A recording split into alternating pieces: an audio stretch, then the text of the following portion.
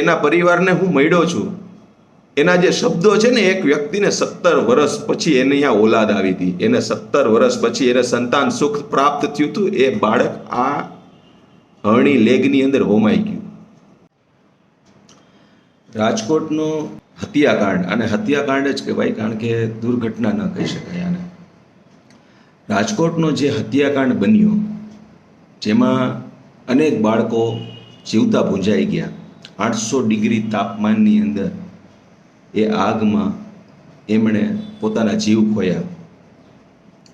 આજે એમનો પરિવાર એમના અવશેષો માટે, એના શરીરનો જે બચેલો હિસ્સો છે એના માટે કરીને સંઘર્ષ કરી રહ્યો છે, ઘર્ષણ કરી રહ્યું છે.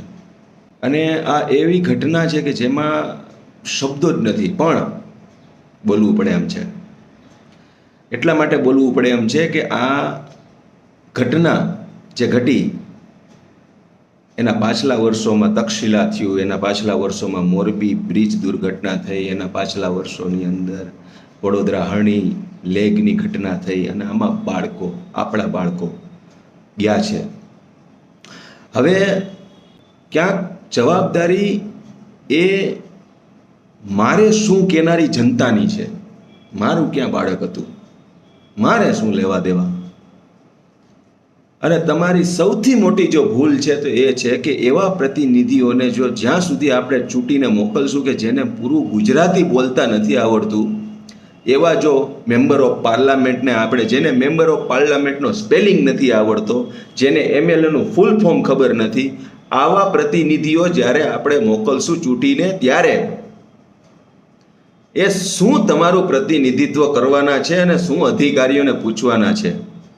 રોડ સેફટીના નામે સાવ લોલમલોલ, ફાયર સેફટીના નામે સાવ લોલમલોલ, ફૂડ સેફટીના નામે, અરે હું ચેલેન્જ સાથે કહું છું કે ગુજરાતની અંદર ફૂડ વેચનાર લોકોમાંથી 90% પાસે ફૂડ સેફટીનું લાયસન્સ નહીં હોય, ફૂડ લાયસન્સ નહીં હોય. આ જવાબદારીપૂર્વક હું કહું છું કે નહીં હોય. અને તપાસ તમે કરાવો છો મદ્રેસાઓની, તપાસ તમે કરાવો છો, અને આ એસઆઈટીનું ગઠન થઈ ગયું ને એડિશનલ ડીજીને આના વડા બનાવી દીધા ને તપાસ સોંપાઈ ગઈ ને આ કમિશનરની બદલી કરી નાખીને પોલીસ કમિશનરની બદલી. અરે બાપા, અમે આ બધા શબ્દોથી ઉગી ગયા છીએ, આનાથી થાકી ગયા છીએ. નક્કર પરિણામલક્ષી કામગીરી તમારાથી થાય એમ નથી, કારણ કે તમારા સાથે બેસનારા એ જોકર જેવા જબા પહેરીને બેસનારા અમુકોના ફોનથી ગેમ ઝોન જેવા ડોમો ચાલી રહ્યા છે. કેટલા મા બાપ પોતાના બાળકો જ્યાં ભણે છે સ્કૂલોની અંદર જઈને એને ફાયર સેફટી માટેના સવાલો કર્યા છે. કેટલા મા બાપ કેટલા લોકો પોતાના પરિવાર સાથે જ્યાં જમવા જાય છે ત્યાં જાણે છે કે આની પાસે ફૂડનું લાયસન્સ છે કે નહીં.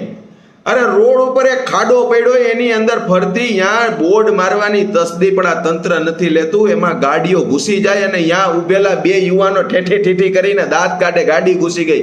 કેવા નથી માંગતા કે ભાઈ, કારણ કે આદત થઈ ગઈ છે. આપણે શું, આ જે ભયનું વાતાવરણ જે બની ગયું છે, આને વિકસિત ગુજરાત ન કહી શકાય, આને ગતિશીલ ગુજરાત ન કહી શકાય. આ ગુજરાતને હત્યાનું ગુજરાત કહી શકાય.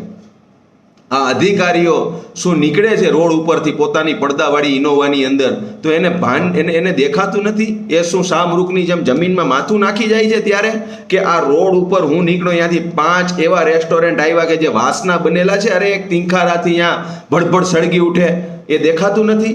એના ઓપનિંગની અંદર અધિકારીઓ જઈને અહીંયા સ્માઇલ સાથેના સેલ્ફીઓ લેતા હોય, ફોટા પડાવતા હોય. એ પ્રજાના પૈસાનો પગાર લેનાર એ અધિકારી કે જેની ફરજમાં આવે છે આ બાબતની તાકેદારી લેવી, આ બાબતની સાવચેતી રાખવી, એ અધિકારીઓના બાળકો જ્યારે આવી ઘટનાનો ભોગ બન્યા હોય ને ત્યારે આની દુઃખ અને ખબર પડે. અને અમે આ બોલી રહ્યા છીએ એનું કારણ એ છે કે એ મોરબીની ઘટના સમયે અમે ત્યાં ગયા હતા ને એ જે બાળકીએ પોતાની માને ખોઈ છે ને એને મેં મારી ગોદમાં ઉઠાવી હતી. આજે પણ એના શબ્દો મને યાદ છે. અને એ હરણી લેગના જે બાળકો ગયા ને, જે એના પરિવારને હું મળ્યો છું, એના જે શબ્દો છે ને, એક વ્યક્તિને 17 વર્ષ પછી એને અહીંયા ઓલાદ આવી હતી, એને 17 વર્ષ પછી એને સંતાન સુખ પ્રાપ્ત થયું હતું. એ બાળક આ હરણી લેગની અંદર હોમાઈ ગયું. અને આવા ગેમ ઝોનો, અને ગેમ ઝોન જ નહીં, આવા અનેક જગ્યાઓ છે. એટલે સ્કૂલોની અંદર મીડિયાએ પાના ભરી ભરીને લખ્યું છે કે ઉપરનો માળ આખો પ્લાસ્ટિકનો છે આ સ્કૂલનો, અને એ મીડિયાને એક માતબાર અખબારને એની સ્ટોરી ચલાવવી પડે ત્યારે એની ઉપર એક્શન લેવામાં આવે. આનાથી તો હદ બીજી શું હોઈ શકે? આટલી હદે આ ઘટનાઓ જે ઘટી રહી છે, આમાં હું જો કોઈને જવાબદાર ગણું છું તો એ પ્રજાને ગણું છું કે જે પોતે એમ કહી રહી છે કે મારે શું, અમારે શું, મારું ક્યાં બાળક છે. તમારી પાસે મત માંગવા આવનાર એ વ્યક્તિને તમારે પૂછવું પડશે કે તમે તક્ષશિલામાં શું કર્યું. એ નેતાઓ જેના ફોનથી આ પ્રકારની પરમિશનો કે આ પ્રકારની ઘટનાઓમાં આ પ્રકારની જે ચાલતા જે ડોમો છે, જેને જીવતા જેને પેલા કહી શકાય, એની પરમિશનો જે નેતાઓના ફોનથી અપાય છે, એ નેતાઓના નામ આમાં ક્યારેય નહીં આવે. આમાં ભોગ બનશે અધિકારીઓ બનશે, એ સંચાલકો બનશે. 100% એનો વાક હશે, અને એ 100% હું માનું છું કે એ અપરાધી જ છે. પણ આમાં જ્યારે આ બાળકો આપણા જાય છે ત્યારે હવે તો આપણું જમીર જાગવું જોઈએ કે આપણે આપણા પ્રતિનિધિને પૂછવું પડશે, આપણે અવેર થવું પડશે. આપણે આ પ્રકારની જે કોઈ પણ ઘટનાઓ ઘટે છે એના પહેલાં આપણે એ જગ્યા ઉપર જઈએ ને ક્યાંય આપણા ધ્યાનમાં આવે તો એમાં આપણે જાગૃત નાગરિક તરીકે આપણે રજૂઆત કરવી પડશે.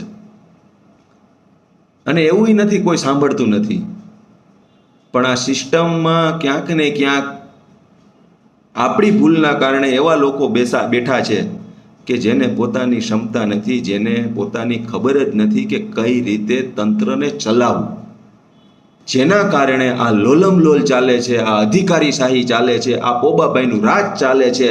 કોઈ પણ સરકારી અધિકારીની આ તમે જાઓ, કચેરીની અંદર જાઓ તમે, તો જે સ્ટાફ હોય એનાથી 50% સ્ટાફ તો ગેરહાજર હોય, અથવા તો ક્યાંક ભૂલમાં આવે એટલે તમારી પાસે હાથ જોડી લે, અને ક્યાં તો એને પોતાને એમ જ લાગતું હોય કે હું આ વિસ્તારનો, આ વિભાગનો શહેનશાહ છું, હું કહું એમ જ થાય. પણ યાદ રાખજો, કુદરતના ઘરે દેર છે અંધેર નથી. આજની તો કાલે આ અગન જ્વાળા તમારા ઘર સુધી પહોંચશે, કોઈ ના કોઈ રૂપે પહોંચશે, અને તે દિવસે તમારા બધા પાપો તમારી સામે આવી જવાના છે. અત્યારે તો અમારી પાસે કોઈ સત્તા, કોઈ પાવર નથી, અને હમણાં કોઈ સત્તા કે કોઈ પાવરની વાતય નથી કરતા. પણ એટલું તો ખરું કે આ જે બાળકો જે પરિસ્થિતિમાંથી પસાર થયા છે ને, એના વાઇબ્રેશન, એના તરંગો આ પ્રકારની જેટલી પણ ઘટનાઓની અંદર જેની પણ નિષ્ક્રિયતા છે એમની પેઢીઓ સુધી નડશે. અને જે મારી આ વાત સાંભળી રહ્યા છે અધિકારીને કહું છું, તમારા વિસ્તારની અંદર કમસે કમ હાથ જોડીને કહીએ છીએ, અમારા પૈસાનો તમે પગાર લ્યો છો, અમારા ટેક્સના પૈસાનો તમે પગાર લ્યો છો, અને આ સહાયો તમે જે આપો છો ને એ તમારા નથી કે તમારા ઘરની પેઢીઓમાંથી તમે આ ફાળવો છો, એ પ્રજાના પૈસાનો પગાર તમે એ સહાયો પર ચૂકવો છો ને પગાર લ્યો છો. તમે તમારા વિસ્તારની અંદર જેટલા પણ આ પ્રકારના જે જીવતા જે માણસોને જીવતી ભઠ્ઠીઓ છે ને, આને તાત્કાલિક ધોરણે બંધ કરાવો, તાત્કાલિક ધોરણે બંધ કરાવો. કંઈકના જીવો આની અંદર ગયા છે, અને એની પીડા તમે તો નહીં જ સમજી શકો. પણ આ જે અત્યારે જે 156 ધારાસભ્યોની જે સરકાર છે ને, જો તમારી અંદર માનવતા હોય ને, અને જો તમે આ મુદ્દાના પ્રશ્નોને ન ઉઠાવી શકતા હોય, કે તમારા સિનિયરોને તમે ન કહી શકતા હોય, તમારા સરકારને જો તમે ન કહી શકતા હોય, ખરેખર તમારે રાજીનામું આપી દેવું જોઈએ. કારણ કે એ જે પગાર જે ધારાસભ્યો લે છે ને, એ પણ પ્રજાના પૈસાનો છે ને, એ પ્રજાના બાળકો આજે હોમાઈ રહ્યા છે. વિશેષ આ બાબતે હું આગળ વધારે નથી કહેવા માંગતો, કારણ કે આના માટે કોઈ શબ્દ નથી. જે કોઈ પણ આ દુનિયાની અંદર આ ઘટનાની અંદર બાળકો ભોગ બન્યા છે, અલ્લાહ એને એના પરિવારને ખૂબ સગવડ આપે, ખૂબ શાંતિ આપે, અને એને પણ એ જે કોઈ પરિસ્થિતિમાંથી નીકળ્યા છે એમને કુદરત, ઈશ્વર, અલ્લાહ આ દુનિયાની અંદર આ બાળકો નથી રહ્યા એના માટે એના હકમાં બહેતરી કરે, અને એના પરિવારને સબર આપે, એના પરિવારને સહન કરવાની શક્તિ આપે. આ જ વાત સાથે આપને ભાઈનું સલામ.